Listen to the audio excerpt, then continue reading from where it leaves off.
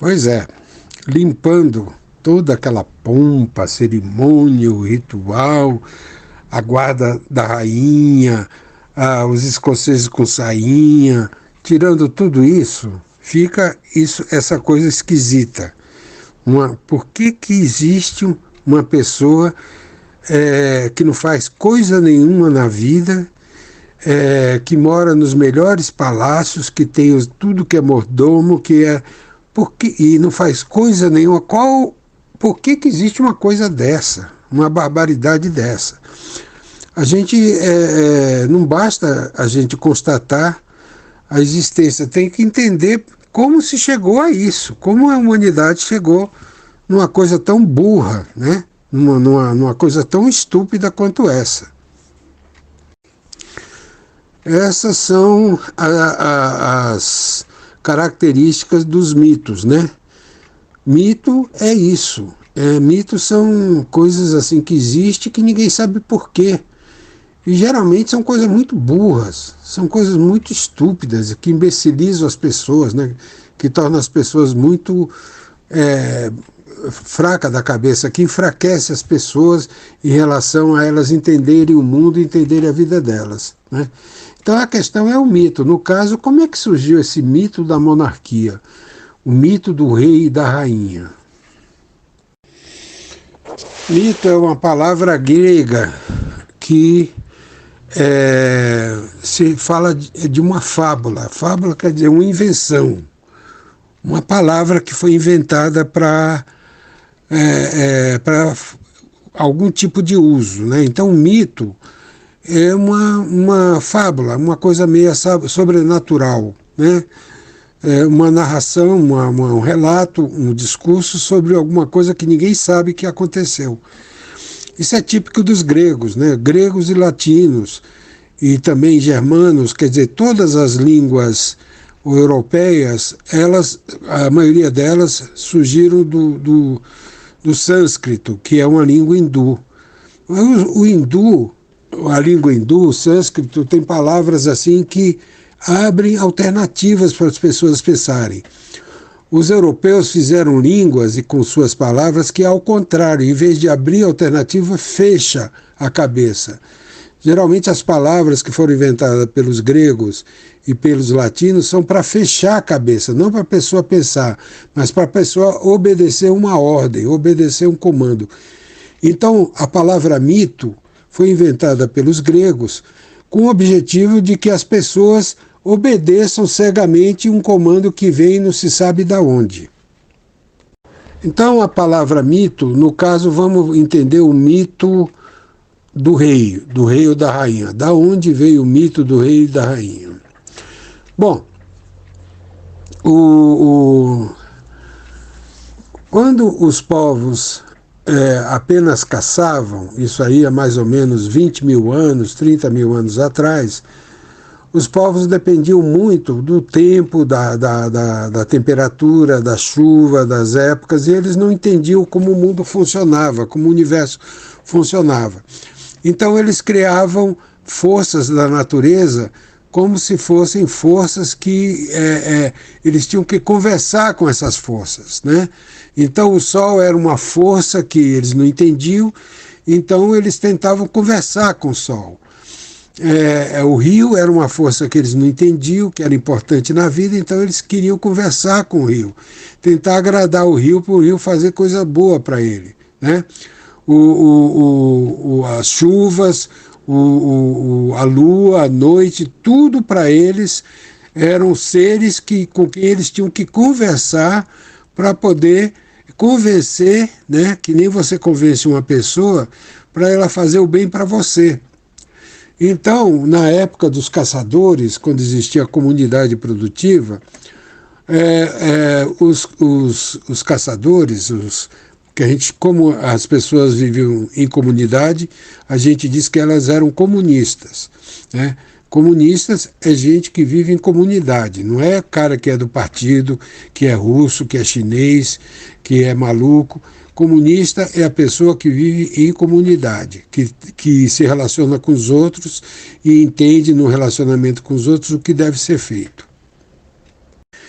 Então os comunistas caçadores, como eles não entendiam o mundo, não entendiam o universo, eles conversavam com o sol, com a lua, com os animais que eles caçavam, conversavam com o urso, conversavam com o rio, conversavam com tudo que é coisa que eles não conseguiam controlar. Né? Então, eles, as pessoas que eram mais sensíveis, que percebiam mais, eles davam uma função para essas pessoas orientarem os outros para conversar com a natureza. Então aí eles criavam o cacique e o pajé, o xamã. Né? O xamã é uma palavra de origem asiática que designa quem fala com a natureza. Quando houve a crise da comunidade da caçadora, que mudou o clima, não tinha mais caça, começou a formar deserto, as pessoas começaram a serem obrigadas a buscar outro modo de vida. Em alguns lugares surgiram as comunidades produtoras. As pessoas, em vez de caçarem, passaram a produzir. Isso aconteceu principalmente no norte da África, no sul do Mediterrâneo, no norte da África, no Egito, na Mesopotâmia e também na Ásia, na China, no Irã, na Índia. Foram os 5 focos principais. E a Europa não surgiu nenhuma comunidade produtiva. Então, os europeus, sem produção, passaram a caçar produtores. Então, eles passaram a ser caçadores de produtores. Eles não produziam, não sabiam produzir. Então, passaram a caçar produtores. Os produtores, na medida que foram se desenvolvendo, eles foram entendendo como funcionava o Sol, como funcionava o universo. Porque para plantar você tem que esperar a estação certa, você tem que saber como é que é a terra, você tem que saber como uma semente é colocada no chão, como ela desenvolve, como os animais se comportam, como eles se reproduzem. Então a produção implica na pessoa entender o universo, compreender o universo. Os caçadores que caçavam os produtores e roubavam os produtores e saqueavam os produtores, eles não tinham essa possibilidade de entender o universo. Então, eles continuaram com os mitos de conversar com as forças da natureza. Então, eles criaram o sobrenatural. Enquanto que as comunidades produtivas começaram a produzir o conhecimento da natureza, os europeus, que não fizeram nenhuma comunidade produtiva, fizeram apenas hordas de caçadores, de saqueadores, de atacantes, passaram a criar fábulas, lendas sobrenaturais, que não tinham nada a ver com a realidade. Enquanto os caçadores criavam sobrenaturais, os produtores criavam símbolos, significados de aproximação com a natureza. Então eles começaram a criar entidades, que era meio com cabeça de lobo e corpo de homem, para lembrar que o homem é um meio animal, mas ao mesmo tempo ele pode fazer muita coisa além do animal. Já os caçadores começaram a pegar esses entes entre a natureza animal e a natureza humana e começaram a transformar a ideia de que todo o homem é animal. Então eles criaram o que a gente chama de entes híbridos. Entes híbridos com significado contrário ao significado dos produtores. Os produtores, eles criavam, por exemplo, uma mulher que tinha uma cabeça de águia e um corpo de mulher, para lembrar que os seres humanos, eles se formam misturados com a animalidade, eles se humanizam dentro da animalidade. Já essa mulher, quando ia, esse ser com meio animal, meio humano, quando ia para os europeus, eles falavam o seguinte: não, isso aí significa que o homem vai ser sempre um animal, que o homem nunca se humaniza. E que aí, então eles criavam o mito, que é o contrário do conhecimento. O mito é o contrário do conhecimento. E assim surgiu o mito do rei.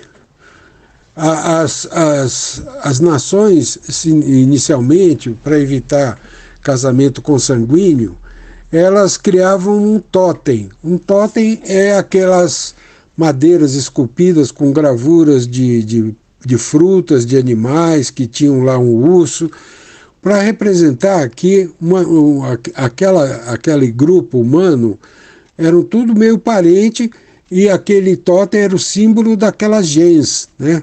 Gens é quando você tem um conjunto de laços de parentesco, primo, prima, tio, avô, nora, cunhado, tudo para explicar para as pessoas que essas pessoas não devem casar entre si para não ter problema na descendência, né? Para não ter incesto. Já os caçadores criaram isso também, os europeus também criaram esses totens. Só que começou a mudar o sentido desses totens. Em vez de ser para evitar o casamento, olha, quem obedece esse totem é do nosso lado. Quem não é inimigo. Então a gente tem que atacar, a gente tem que roubar, a gente tem que saquear, a gente tem que fazer guerra. Então veja que o totem começou a ter significados diferentes. Como esses povos que atacavam andavam para um lado e para o outro, esse negócio de ter totem ficava muito pesado. Então eles passaram a escolher uma pessoa para significar totem. Então essa pessoa deixou de ser gente e passou a ser o símbolo daquele povo. Aquela pessoa que era um totem. Essa pessoa, ela tinha que todo mundo olhar para ela e identificar nela a sua família, a sua nação, a sua tribo. Então surge aí o mito do rei. O rei é essa bobageira. O rei, o monarca, o imperador, é isso, é um totem que virou gente, ou uma pessoa que virou totem para um grupo de pessoas, para as pessoas olhando para ele saber que ele representa o povo todo. Então isso aconteceu, né, de uma forma meio geral, mas aconteceu principalmente na Europa. Também aconteceu nos países asiáticos e em tudo, como um sentido de identificar o processo produtivo que ia aumentando. Mas na Europa surgiu para dizer, olha, quem segue esse cara é nosso, quem não segue ele é inimigo, então a gente tem que atacar. Então a Europa é cheia de monarquias, né? E cheia de reis. Então tem rei para todo lado. Poucos países tiraram o rei, talvez a França, mas, por exemplo, Espanha tem rei, Noruega tem rei, Inglaterra tem rei, é cheio de rei naquela porcaria daquele continente. Então, é uma gente muito burra. Então, gente que precisa de rei é gente com limitação de cabeça, que não entende a natureza, entendeu? Porque o rei existe para dar essa ideia de que aquele povo vai viver no bem bom, aquele povo merece viver em palácio, que aquele povo é forte, que aquele povo vai conseguir tudo, tirando a riqueza dos outros povos, né? Então o rei é uma coisa desse tipo, que nem essa rainha, parasita, total parasita. E também passa a simbolizar o desejo daquele povo de ser rico, de roubar as coisas dos outros povos, de tirar tudo que tem, porque eles são melhores, eles são superiores. Então o mito da monarquia, o mito do rei, ele se desenvolveu como um mito de ataque, um mito para você conseguir tudo de bom para você e ferrar com os produtores. Então as pessoas que adoram monarquia, que ficam na frente da televisão vendo o enterro da dona Elizabeth lá, são pessoas fraquinhas, não entendem a história, entende? Elas são limitadas, são pessoas com um alcance pouco. A gente vê pessoas acreditando em cada bobagem, que então são pessoas que não tiveram uma formação, não tiveram uma educação, são pessoas assim extremamente limitadas, são pessoas que ainda não são plenamente humanas, são pessoas que a gente chama de híbridas, né? São formadas nessa linha em que se pensa que tudo surge, cai do céu, tudo surge por magia, né? O Paulo Freire chamava isso de a cabeça o opressor que vive dentro de cada oprimido. Os oprimidos, na visão do Paulo Freire, queriam ser iguais aos opressores, queriam ser ricos também, queriam ser poderosos. Então o mito do rei, da rainha, do poderoso, passou a ser um elemento de enganação do povo, principalmente do povo trabalhador, do povo sofrido. Por quê? Porque um rei, uma rainha, significa que eu posso ser aquilo, eu posso ser esse ser, eu mereço ser superior, porque eu sou melhor que os outros. Se eu estou vivendo com pouco dinheiro, com más condições, isso é uma injustiça, porque eu sou melhor que os outros. Isso a gente vê em todas as áreas, gente desse tipo, né? Entre os operários, entre os camponeses, entre o pessoal chama de pobre de direita, né? Essa é uma das principais bases do nazismo, né? Que no caso é o Bolsonaro aqui, mas foi a base do Hitler, base do Mussolini, base do Getúlio, né? Base do Perón na Argentina. Tudo que é nazista, que existe na história, tem esses pobres que idolatram, que transformam esses nazistões, né? esses monstros, transformam esses monstros em ideais, em gente que é ideal, é o chamado mito, né? Que geralmente são monstros, são pessoas absurdas, são pessoas terríveis, né? Mesmo a rainha, né? Quer dizer, a gente sabe que a rainha da Inglaterra e o atual rei, por baixo dessa história dele, é massacre de povos, genocídios de africanos, de nações inteiras. Os hindus, morreram milhões de hindus na colonização britânica, que eles trabalhavam com esses mitos, né? Então o sentido do mito é para lesar as pessoas, para prejudicar as pessoas. E quem acredita no mito, que vai atrás do mito, a gente vê, por exemplo, a situação dos evangélicos, da maioria das igrejas evangélicas.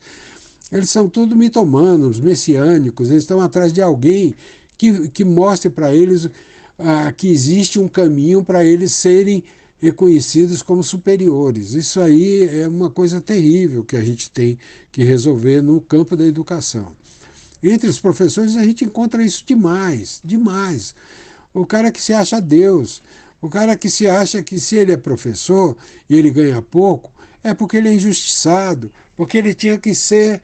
e ele não reconhece que o trabalho dele, a função dele, está se relacionado com a comunidade e não com o valor monetário. Quer dizer, não tem nada a ver, né? A questão da educação, a questão do ensino, a questão da saúde, não tem nada a ver com grana, com eu ser rico. Pô, já que eu faço tanto bem, eu tenho que ganhar muito bem, eu tenho direito a ter uma vida melhor. Isso é bobagem, é muita bobagem. Você tem direito e tem obrigação de ser humano. Você tem o dever de ser gente, de ser um produtor, de ser um elemento integrante da comunidade. Você tem obrigação disso. Daí é que você vai ter direitos para usufruir de uma produção. Você, para ter as coisas da sua vida que você precisa viver, sua casa, tudo, você tem que fazer parte de uma comunidade produtiva. É a única forma de você ter uma vida boa, de você ter uma vida decente, de você ter uma vida que satisfaça as necessidades básicas, que você viva na plenitude, é viver em comunidade produtiva. Essa coisa de saquear, eu sou melhor do que o outro, então eu posso roubar do outro, posso tirar dinheiro do outro, isso aí é coisa de europeu caçador, de bárbaros, são todos bárbaros. Então, quando a gente vê o mito da rainha, como a gente está vendo na televisão passando direto, pensa bem, isso daí mostra um atraso, uma barbárie humana, é uma coisa primitiva, uma coisa grotesca, que isso daí tem que ser superado, junto com muitas outras coisas.